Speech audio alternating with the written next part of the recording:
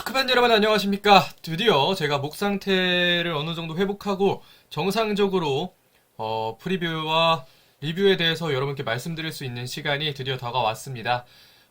지금부터는 이제부터는 앞으로의 올라올 영상들을 대부분 이렇게 이전과 같은 큰 목소리로 여러분들께 전달해 드릴 수 있을 것 같고요. 그러면 이제부터 5라운드 결과 확인 그리고 6라운드 프리뷰 시작해 보도록 하겠습니다. 먼저 5라운드 결과입니다. 울산현대와 FC서울의 프라이데이 나이트 풋볼. 울산현대가 조용욱 선수의 선취골이 있었습니다만 60분 엄원상 90분 레오나르도 선수의 페널티킥 득점을 성공시키면서 2대1 울산현대가 승리를 가져갔습니다. MVP는 엄원상 선수를 뽑아봤습니다. 다음입니다. 다음은 대구FC와 성남FC의 이 경기 역시 프라이데이 나이트 풋볼이었습니다.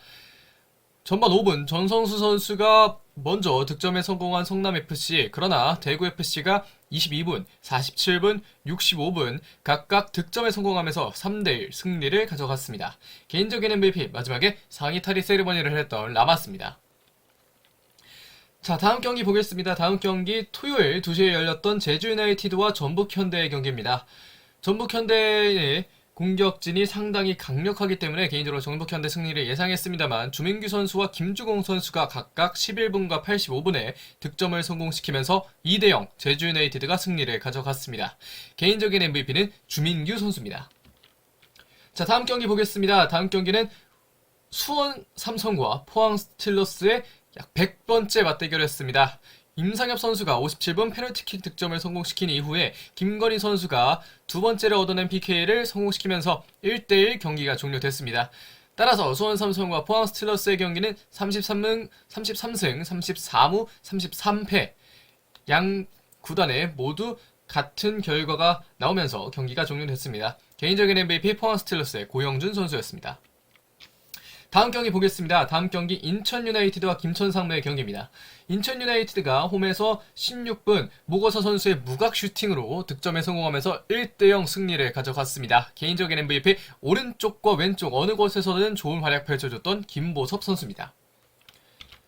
다음 경기는 강원FC와 수원FC의 경기였습니다. 마지막 경기이기도 했고요. 전반 44분 김동우 선수가 코너킥 상황에서 세트피스 득점을 성공시키면서 1대0 앞서 나가던 수원FC가 마지막 정재용 선수의 중거리 슈팅으로 득점에 성공하면서 2대0 승리를 가져갔습니다.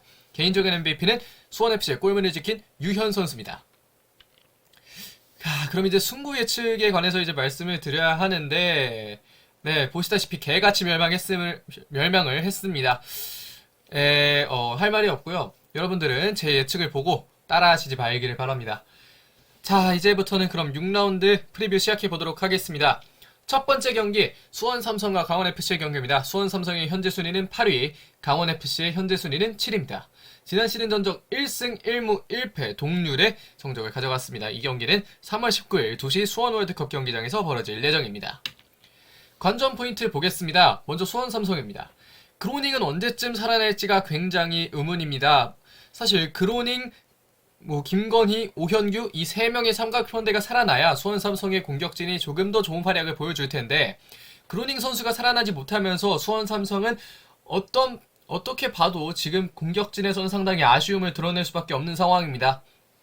따라서 그로닝 선수의 본연의 폼을 찾는 데까지 어느 정도 좀 기다림이 필요할 것 같은데 과연 그 기다림의 끝이 언제일지 상당히 좀 궁금해질 수원 삼성의 팬분들일 것 같고요. 미들진이 좀 아쉽습니다. 지난 경기에서는 박형진과 김상준 선수가 이제 각각 중앙 미드필더 자리를 차지를 했는데 이 두 선수들의 모습이 사실 만족스럽지만은 않았던 것이 사실입니다. 한석종과 최성근 이런 선수들이 있을 때 특히 한석종 선수의 폼이 좀 괜찮았을 때 미들진과는 비교가 안 될 정도로 조금은 아쉬운 미들진이 되겠고요. 그렇기 때문에 미들진의 실력은 인정받은 선수들이니까요. 폼이 좀 더 올라와야 하지 않을까 싶습니다. 그럼에도 양형모 선수는 상당히 안정적입니다. 후방에서 수비가 잠시 흔들리는 과정이 있었다고 해도 양형모 선수는 그대로 골문을 잘 지켜주면서 좋은 선방들을 많이 해내줬습니다. 다음은 강원FC의 관전 포인트 보겠습니다. 강원FC 한 번 졌다면 다시 일어서야 할 때입니다. 수원FC와의 경기는 질 수밖에 없었던 경기가 되고 말았습니다. 디노 선수가 아킬레스건 파열 로 인해서 복귀 시점이 미정인 것도 그렇고 이 경기 강원FC가 흐름을 가져가기 힘든 그런 경기였습니다. 강원FC가 주도권은 가져가고 있었지만 흐름은 수원에게 있었다라고 판단을 해도 될 정도로 강원FC의 이 경기 흐름이 그렇게 좋지는 않았는데요. 강원FC 이런 결과를 받아들였다면 이제는 다시 일어서야 할 때가 왔다라는 생각이 듭니다. 그렇게 되면 디노 선수가 빠진 공격진에 날카로움이 살아나줘야 합니다. 예를 들면 이정엽 선수가 지금 중앙으로 들어왔는데 이정엽 선수의 날카로움이 살아나지 못한다면 그렇다면 지금 강원FC의 공격진이던가 다른 여러 가지 측면에서 충분히 좀 불안한 점이 있기 때문에 이런 측면에서는 이정엽 선수의 날카로움이 조금 더 한층 살아나야 하지 않을까 싶습니다. 자, 그럼 이제 예상 라인업을 보면서 좀 더 말씀을 드리도록 하겠습니다. 수원 삼성부터 보겠습니다. 양형목 골키퍼, 백스리에는 불트위스, 민상기, 그리고 박대원, 윙백에는 이기재와 김태환, 중원에는 박형진과 강현묵, 그리고 스리톱에는 김건희, 오현규, 그로닝입니다. 이 자리에 지난 경기 뛰었던 유재호 선수나 이런 선수들이 중앙 미드필더 자리에 설 수 있지만 지금 가장 안정적인 건 수비면에서 어느 정도 능력을 갖고 있는 박형진과 공격적인 측면에서 어느 정도 역할을 해줄 수 있는 강현묵 선수의 선발 출전이 좀 강하게 예상이 됩니다. 물론 정상빈, 최성근, 정상빈이 아니죠. 정승원, 그리고 최성근 이런 선수들이 돌아온다면 이 중원은 분명 달라지겠지만 한석종 선수도 그렇고요. 그러나 지금 완벽하게 복귀하지는 못한 상황에 그 선수를 무리하게 기용하는 것은 시즌 초반에 있어서 오히려 조금 더 마이너스 효과를 낼 수 있기 때문에 아마도 이런 중원으로 좀 가지 않을까 싶고요.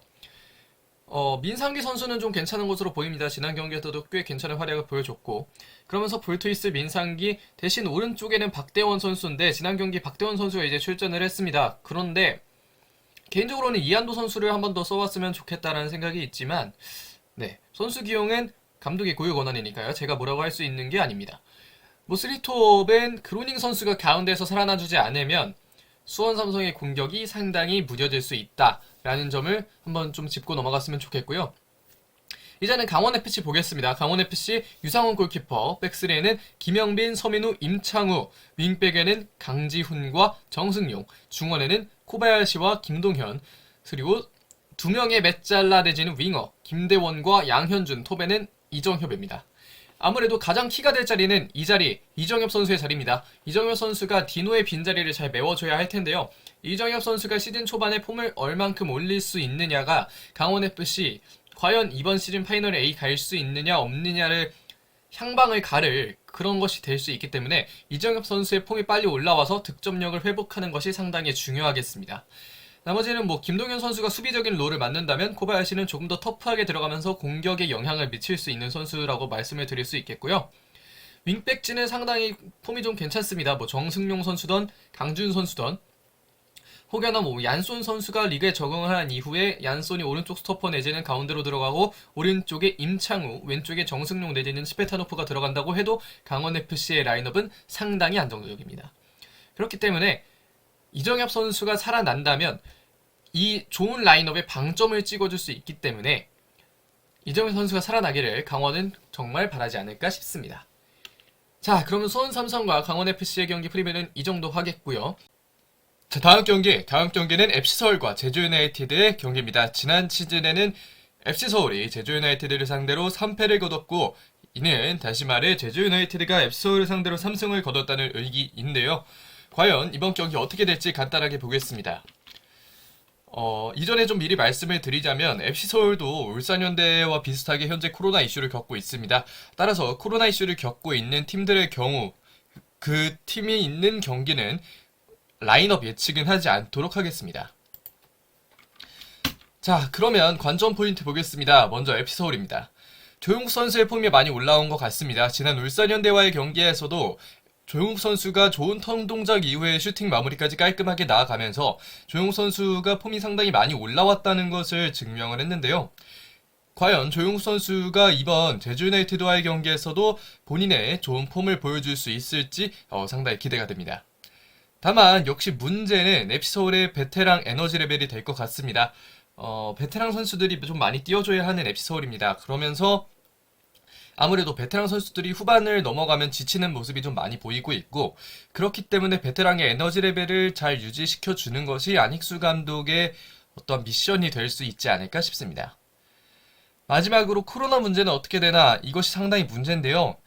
이거 앱서울의 코로나 문제는 기자도 모르고 다른 어떤 사람도 모르고 유일하게 팀만이 알고 있는 문제입니다. 따라서 여기서 제가 어떤 선수가 무슨 어떤 상황인지는 잘 모르겠지만, 코로나 문제가 제대로 해결되지 않으면 제주 유나이티드와의 경기를 상당히 잡기 어려울 겁니다.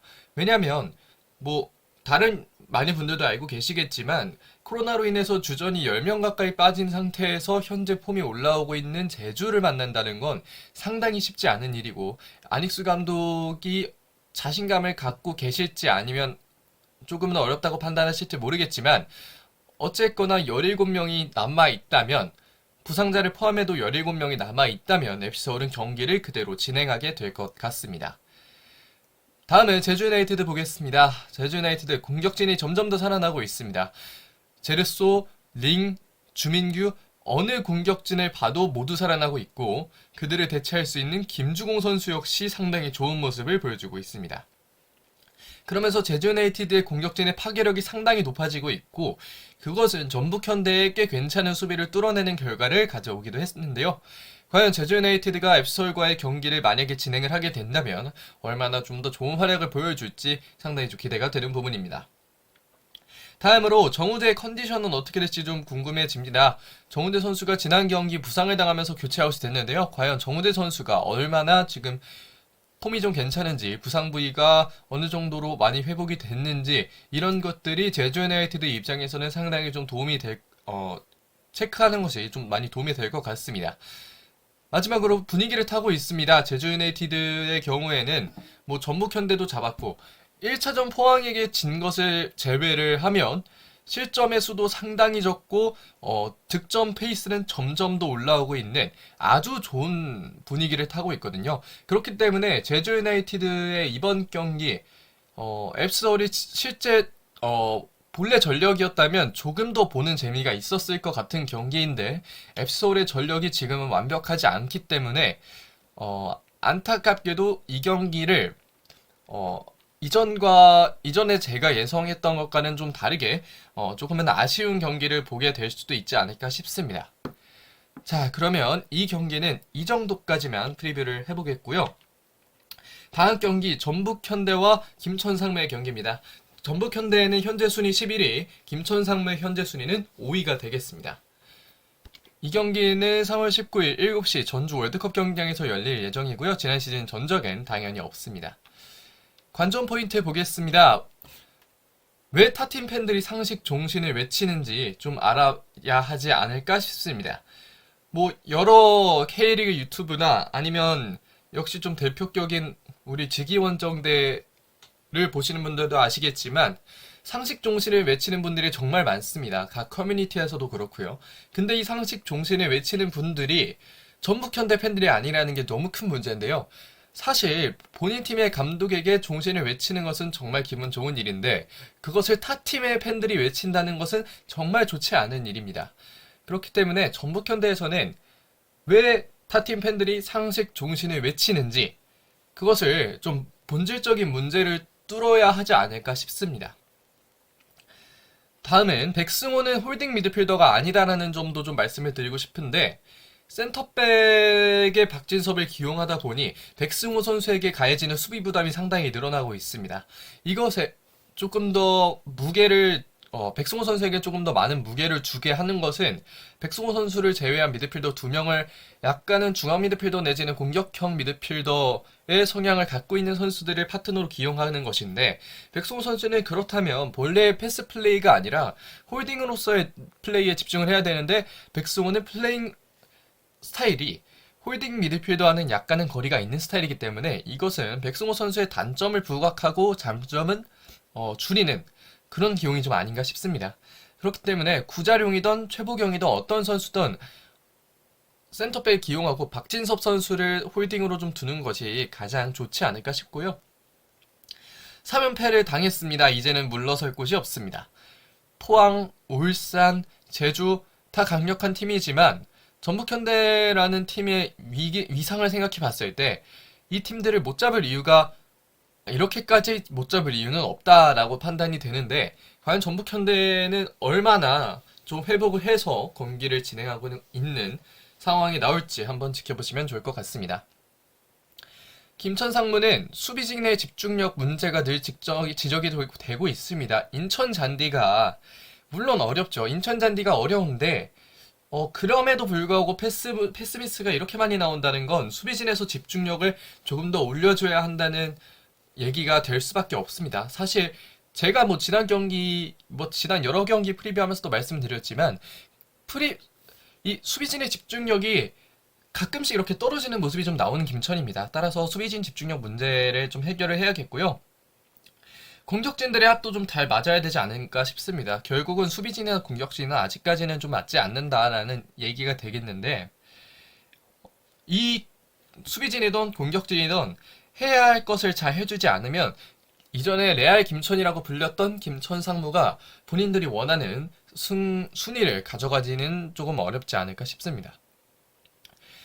마지막은 김지현을 조금 더 활용해도 좋다는 생각이 들었습니다. 지난 경기 김지현 선수가 꽤 괜찮은 활약 보여줬기 때문에 김지현 선수를 조금 더 활용해서 경기를 한번 지켜보는 것도 좋지 않을까 싶습니다. 자, 그럼 예상 라인업 보겠습니다. 먼저 전북현대입니다. 양팀 다 그냥 짧게 갈 텐데요. 전북현대는 송범근 골키퍼, 백포에 김진수, 홍정호, 구자룡, 최철순, 3선에는 백승우와 박진섭, 2선에는 송민규, 김보경, 문선민. 지금 제가 송민규 사진을 2개 넣었네요. 이건 죄송합니다. 문선민 선수가 아니라 아마도 김승대 선수가 지난 경기처럼 교체 출전할 가능성이 높겠죠. 이 점 죄송합니다. 일류첸코 선수가 톱으로 나올 것으로 보입니다. 아마도 문선민 선수의 부상이 가장 큰 좀 문제가 아닐까 싶은데 이 자리 다시 한번 송민규 선수가 아닌 김승대 선수가 나올 것으로 예상된다는 점 좀 말씀을 드리겠고요. 예, 제가 뭐 더 설명할 필요 없이 아마도 고정된 라인업이 쭉 나오지 않을까 싶습니다. 김진규 선수가 등록은 된 걸로 알고 있는데 김진규 선수가 만약에 등록이 되어서 뛸 수 있다면 백승호 선수와 파트너를 맞출 수도 있을 것 같습니다. 김천도 짧게 가겠습니다. 황인재 골키퍼, 백포에는 유인수, 하창래, 박지수, 정동윤, 중원에는 정현철, 이영재, 고승범, 윙에는 서진수와 권창훈, 톱에는 조규성입니다.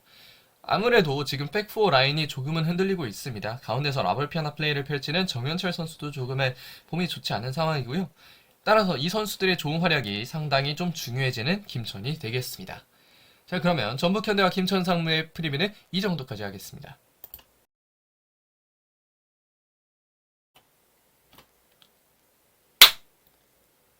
자, 다음 경기 그러면 프리뷰 다시 한번 보도록 하겠습니다. 다음 경기는 수원FC와 대구FC의 경기. 현재 순위 수원FC의 경우는 10위, 대구FC의 경우는 현재 6위입니다. 지난 시즌 전적은 2무 2패로 대구FC가 크게 앞서 나갔습니다. 관전 포인트 보겠습니다. 먼저 수원FC입니다. 이승우 선수가 선발 출전을 했습니다. 이제는 다음 스텝으로 나아가야 될 때가 왔고요. 수원FC 지난 경기 승리를 가져갔으니 이제부터는 한 발 한 발씩 나아가야 할 차례가 오지 않았나 싶습니다.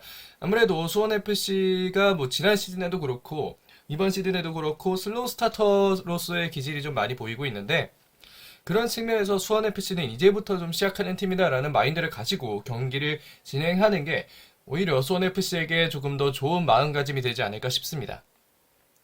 마지막으로는 지난 시즌 전적을 잘 생각해야 합니다. 지난 시즌 대구FC에게 상당히 좋지 않은 모습을 보였던 수원FC인데 수원FC의 경우에는 지난 시즌 전적을 잘 생각해서 본인들이 어떤 것을 준비를 해야 하며 어떤 것을 제대로 대구FC의 공격을 막기 위해서 노력을 해야 하는지 한번 보시면 좋을 것 같습니다. 상대팀은 이제 대구FC 보겠습니다. 점점 좋아지고 있습니다. 리그적인 측면에서만 말씀을 드리면 첫 경기 이후에는 점점 더 계속해서 좋아지고 있다라고 많이 말씀을 드렸었고 그만큼 대구FC의 공격진이나 수비진도 상당히 탄탄해진 모습입니다. 구재현 선수도 점점 성장하고 있는 모습이고 라마스 선수의 폼이 좀 많이 올라왔기 때문에 라마스 선수가 어떤 플레이를 보여주느냐도 상당히 좀 지켜보시면 좋을 것 같습니다. 네, 이제 라인업 보면서 설명드리겠습니다. 먼저 수원FC입니다. 유현 골키퍼, 백스리에는 잭슨, 김건웅, 김동욱, 윙백에는 박민규와 신재원, 중원에는 박주호, 장혁진, 니실라, 투톱은 김승준과 이승우입니다. 아무래도 뭐 백스리 자체는 뭐 김동우 선수가 좀 추가가 됐고요. 원래 자리에 곽윤호 선수가 있었지만 뭐 곽윤호 선수가 몸 상태가 좋고 김동우 선수의 컨디션이 좀 내려와 있는 상태라면 아마 두 선수의 어떤 선발 출전 여부가 좀 바뀌지 않을까 싶고요.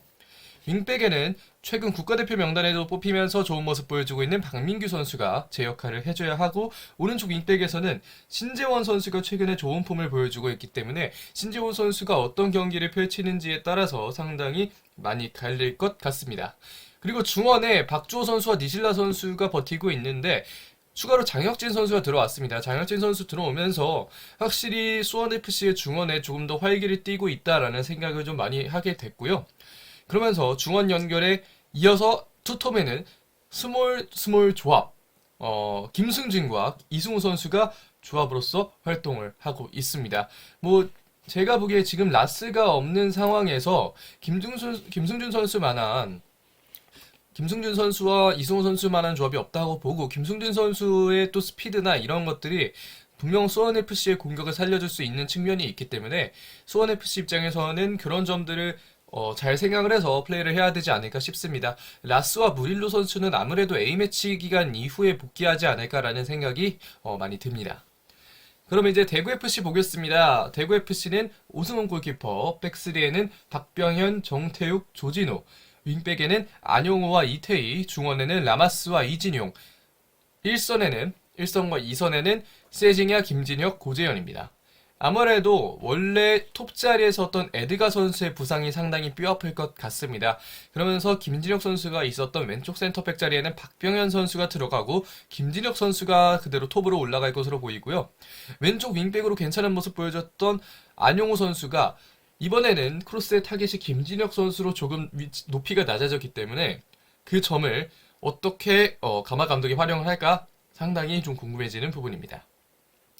아무래도 지금은 안용호 선수나 케이타 선수가 왼쪽 윙백으로 나와야 하는데, 케이타 선수의 측면에서는 수비적인 측면에 조금 더 중점을 둔다면 안용호 선수는 그보다는 조금 더 공격적인 윙어 출신이기 때문에 공격적인 플레이를 좀 많이 펼치는 선수인데, 안용호 선수의 크로스가 이전에는 좀 부정확한 면이 있었다면 최근에는 크로스의 질이 점점 더 올라오고 있고, 그렇기 때문에 안용호 선수에게 기대를 거는 대구 팬분들도 좀 많지 않을까 싶습니다.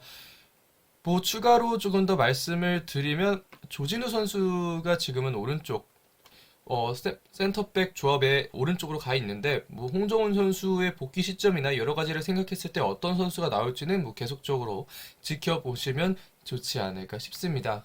조진우 선수는 전북 현대로의 이적설이 돌고 있는 것으로 알고 있는데, 과연 조진우 선수가 이번 경기 나올지 안 나올지도 이적을 하느냐 안 하느냐에 있어서 어느 정도 좀 영향을 미칠 수 있을 만한 점이 아닐까 싶고요. 어떤 모습 보여줄지는 경기 보면서 한번 같이 보시면 좋을 것 같습니다. 자, 그럼 이제 다음 경기 프리뷰 보겠습니다. 다음 경기 울산 현대와 포항 스틸러스의 동해안 더비입니다. 울산 현대 현재 순위 1위, 포항 스틸러스 현재 순위 2위입니다. 지난 시즌에는 2승 1무로 울산 현대가 동해안 더비 라이벌인 포항 스틸러스를 많이 잡아내는 모습을 보였습니다. 자, 관전 포인트 보겠습니다. 이 경기 역시 라인업에 대해서는 설명드리지 않겠습니다. 왜냐하면 라인업을 설명드리는 것이 그다지 여러분들의 경기를 보는 데 있어서 도움이 될 거라는 생각이 들지 않기 때문이고요. 일단 관전 포인트 보겠습니다. 울산 현대부터 보겠습니다. 코로나가 덮친 울산입니다. 정말 경기를 진행하는 것이 쉽지 않습니다. 뭐 이 영상을 만들고 있고 아마도 다음날 이 토요일에 결과가 나올 수도 있겠고, 어떻게 이 경기가 진행이 될지는 잘 모르겠습니다만, 코로나가 덮친 지금 상황에서 울산 현대가 경기를 치르는 것은 정말 쉽지 않을 것 같습니다. 그렇기 때문에 라인업 구성을 예상할 수가 없고 예상할 필요도 없고, 예상해봤자 그 가치가 상당히 낮아지기 때문에 딱히 예상을 하지 않는다라고 말씀을 드렸고요.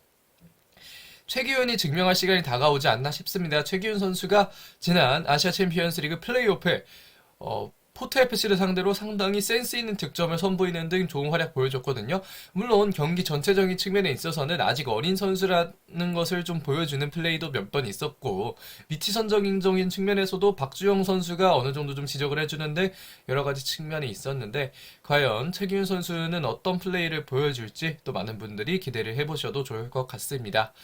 다음은 이제 포항 스틸러스 보겠습니다. 포항 스틸러스 확실한 포항의 색깔이 있습니다. 단단한 후방에 공격진의 좋은 역습, 그리고 마무리까지 정말 클래스 있는 모습을 보여주고 있는데요. 백포가 심상민, 그랜트, 박찬용, 박승욱이 완벽하게 자리를 잡고 있고, 뭐 이 선수들이 롱패스를 찔러주면, 신진호, 신광훈, 박승욱이 롱패스를 찔러주면 앞에 있는 정재희, 이강혁, 팔라시오스, 물론 팔라시오스는 떠났지만 이 선수들이 상당히 좀 빠른 선수들이고, 고영준 선수 포함해서 이 선수들이 공격 전개에 도움을 주면 마무리를 임상협의하는 상당히 좀 괜찮은 마무리 능력들을 보여주고 있습니다. 그렇기 때문에 포항 슬러스의 공격진이 정말 많이 날고 있다라는 모습을 많은 분들이 좀 보고 계실 것 같고요. 울산 현대에게는 좋지 않은 상황이지만 포항 슬러스에게는 동해안 더비를 잡을 좋은 기회가 될 것 같습니다.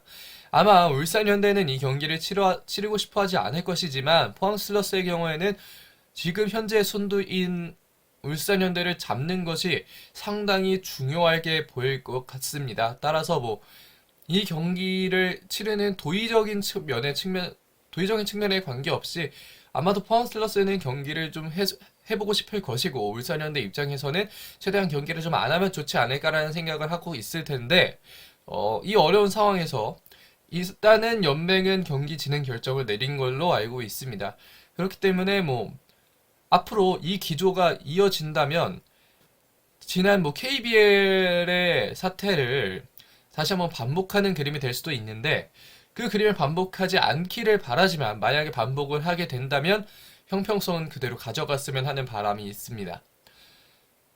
뭐 그렇지만 뭐 여기서 사족을 조금 더 붙이자면 선수협회에서도 어느 정도 이에 대해서 항의를 하고 있는 것으로 알고 있는데, K리그는 연맹이 만들어가는 게 아니라 선수와 팬들이 중심이 돼서 만들어가는 것이라는 걸 연맹이 잘 알아줬으면 좋겠다는 마음을 전달하면서 울산 현대와 포항 스틸러스의 동해안 더비 이 정도로 마치도록 하겠습니다.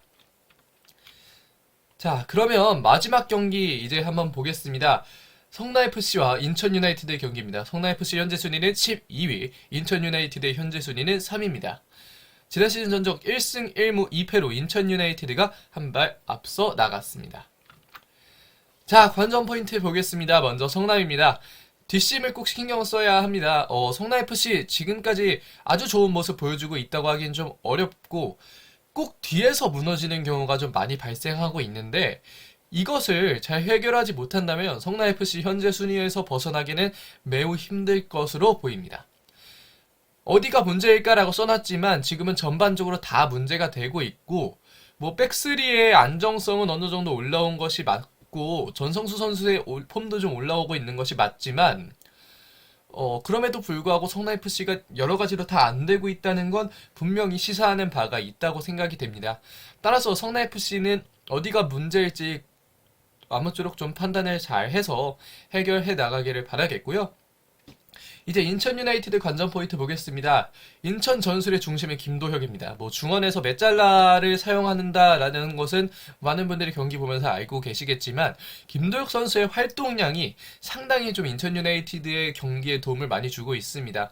김도혁 선수가 뭐 왼쪽 메잘라로 서고 있지만 정말 이 메잘라의 플레이를 할 때 있어서 활동량이라는 것은 정말 좋은 부가 요소가 될 수 있는데, 김도혁 선수가 공격적인 측면에서도 점점 기술도 좋아지고 있고 본인의 활동량을 앞세워서 이 역시 정말 좋은 점이 되고 있기 때문에 인천 유나이티드 전술에는 김도혁 선수가 상당히 중심이 되고 있다고 볼 수 있을 것 같습니다. 시즌 초반에 굉장히 조직력이 탄탄합니다. 인천 유나이티드는 인천 축구 전용 경기장에 그 잔디를 갖고도 상당히 좋은 조직력 보여주고 있는데, 뭐 스포츠니어스에서도 다룬 바 있는 걸로 알고 있습니다만, 인천 유나이티드의 구장이 바뀌지 않는 한 이 잔디는 바뀌지 않을 것 같은데, 과연 인천 유나이티드의 이 상황에서 인천 유나이티드가 상당히 좋은 선수들이 상당히 좋은 활약 보여주고 있다는 건 충분히 긍정적인 요소가 될 수 있지 않을까 싶습니다.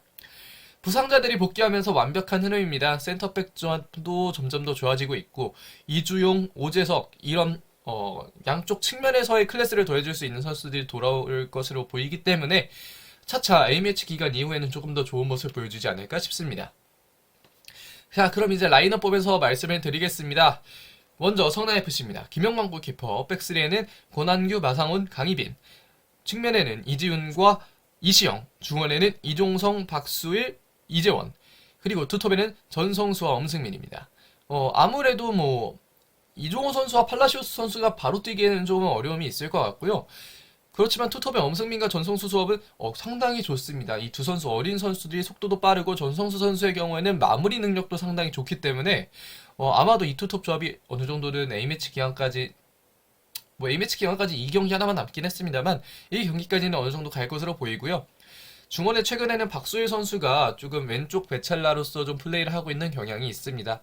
베찰라라기보다는 그냥 전천으로 좀 많이 띄워주고 있다라는 것이 가장 좀 맞는 해석인 것 같고요. 백스리는 강희빈 선수가 최근에 좀 돌아왔습니다. 다만 강희빈 선수는 경험이 없다는 것이 좀 아쉬운 점이 되겠고 아마도 A매치 기간 이후에는 조금 더 다른 수비 전술이 나올 수도 있을 것 같습니다. 그리고 최근에 최필수 선수가 출전을 하기도 했는데 김영광 선수가 부상은 아닌 걸로 알고 있는데 부상이라면 좀 아무쪼록 빨리 복귀했으면 좋겠고 김영광 선수가 갖고 있는 본인만의 실력이 있기 때문에 몇 번의 실수를 흔들리지는 않기를 바라는 측면입니다. 인천 유나이티드 보겠습니다. 먼저 골키퍼는 민동원 선수가 나올 텐데 이태희 선수로 사진이 잘못 나왔네요. 이 점 죄송합니다. 백스리에는 델브리지, 김동민, 오반석, 오재석 선수가 아직은 돌아오기 어렵기 때문에 윙백에는 민경현과 김보섭이 나오지 않을까 싶고요. 중원에는 여름과 이명주, 이선에는 김도혁과 이용재, 톱에는 무고사입니다. 앞에서도 말씀드렸듯이 지금 보면 3-4-2-1이라고 제가 표기를 해놨지만 수비 장면이나 여러가지 공격 초반의 전개 과정에서는 김도혁 선수가 여기 가운데로 내려오거나 여름이 가운데로 그리고 김도혁 선수가 왼쪽으로 들어오면서 공격 전개하는 움직임이 있습니다. 그러면 자연스럽게 이 두 명의 스트라이커 자원들이 3-5-2로 구성이 되고요. 민경현 선수 점점 올라오고 있고 김보섭 선수가 올라와서 보여주는 플레이들도 너무 좋습니다. 민경현 선수가 높게 올라오지 않더라도 변형백 4로 들어간 다음에 김도혁이 크로스를 올리거나 김보섭 선수가 크로스를 올리는 점이 충분히 가능하고 민경현 선수가 올라오면 민경현 선수도 역시 크로스를 올릴 수 있다는 점이 인천 유나이티드 공격에서 현재 좀 도움이 되는 점이 아닐까 싶습니다. 아마 편집을 할 때는 제가 민동원 선수의 사진으로 바꿔놓겠습니다. 그래서 이 말씀을 듣는 분들은 왜 갑자기 민동원 선수 얘기를 하지 싶으실 텐데 본 PPT에 이태희 선수로 되어 있어서 가지고요. 일단은 진행해 보도록 하겠습니다. 그렇게 해서 승부 예측 가보겠습니다. 수원 삼성과 강원 FC의 경기 개인적으로는 두 팀의 흐름이 둘 다 좋지 않다는 점에서 무승부를 보는데 한 팀의 승리를 무조건 걸어라 라고 하면 수원 삼성에 걸 것 같습니다. 자, FC서울과 제주 유나이티드의 경기는 제주 유나이티드가 아무래도 현재 FC서울의 상황이 좋지 않기 때문에 제주 유나이티드가 승리를 좀 가져가지 않을까 싶고요. 전북현대와 김천상무의 경기에는 김상식 감독이 이런 경기에서 부활을 하는 경우가 좀 많습니다. 그렇기 때문에 전북현대의 승리를 어느 정도 좀 걸어보겠고요. 수원FC와 대구FC의 경기 아직까지는 수원FC의 흐름이 완벽하게 올라오지 않았다는 점에서 대구FC의 승리를 일단은 점쳐보겠습니다. 다음으로 울산현대와 포항스틸러스의 동해안 더비 포항스틸러스의 승리가 예상됩니다. 사실 이 경기는 포항스틸러스가 이기지 않으면 안 되는 경기입니다. 울산현대 입장에서는 이 경기 저도 상관이 없습니다. 하지만 포항스틸러스는 이 경기 무조건 잡아야 할 것 같습니다. 사실 이 정도의 팀이 무너져 있는 상황에서 이 경기를 못 잡는다는 건 울산현대가 대단한 팀이라는 것을 증명하게 되고 포항스틸러스의 첫 경기들은 플루크에 가깝다라는 생각이 들게 할 정도로 좋지 않은 결과가 포항스틸러스에게는 될 거고 따라서 포항스틸러스는 이 경기 좀 잡아야 되지 않을까 싶고요. 성남과 인천의 경기 아무래도 인천이 현재 흐름이 훨씬 더 좋기 때문에 인천 유나이티드의 승리를 점쳐보도록 하겠습니다. 자, 이제 5라운드 결과 확인했고 6라운드 프리뷰를 봤습니다. 보통은 제가 이틀 전 내일은 3일 전에 올리는데 경기가 진행되지 않을지에 대해서 불확신이 있어서 경기 프리뷰를 올리지 않았었습니다. 다만 이제는 어느 정도 진행 상황에 대한 것이 나왔기 때문에 프리뷰를 찍어서 올리는 것이 맞다라고 생각이 들었고요. 아무쪼록 선수들이 다치지 않고 선수들이 코로나에 감염되지 않고 후유증 없이 좋은 결과만 가져갈 수 있기를 정말 많이 바라고 또 바라도록 하겠습니다. 자, 그럼 여기까지 하겠습니다. 고맙습니다.